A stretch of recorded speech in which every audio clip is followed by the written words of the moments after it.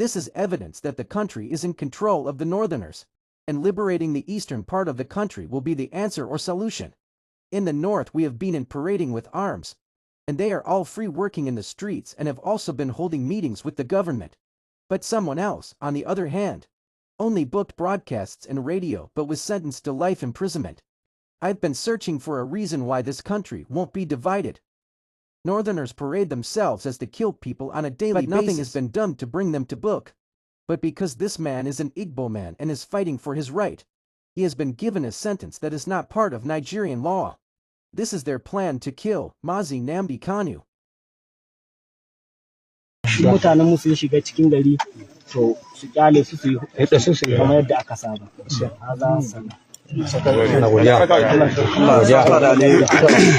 Raba mu da shedanu.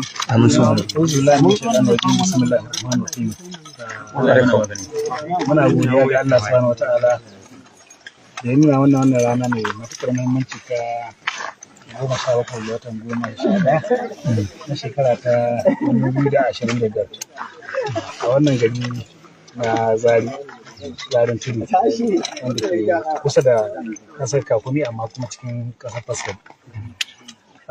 Da farko dai ina son in miƙa godiya ta musamman ga ainihin shugabanci, musamman shugabanci na 'yan uwan Fulani tun daga kan shi Alhaji Adamu Aliru da shi ainihin babban kwamandan mu wanda shi yanzu kwamanda ne na zaman lafiya kuma malami ne, Malam Isa, tare da dukkanin sauran shugabannin Fulani da ke a wannan wurin da ma waɗanda ba su a wannan wurin.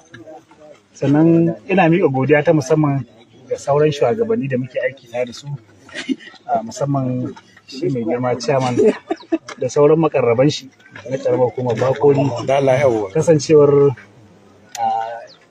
tun wani lokuta ba kaɗan Allah ya sani mun zo mun shiga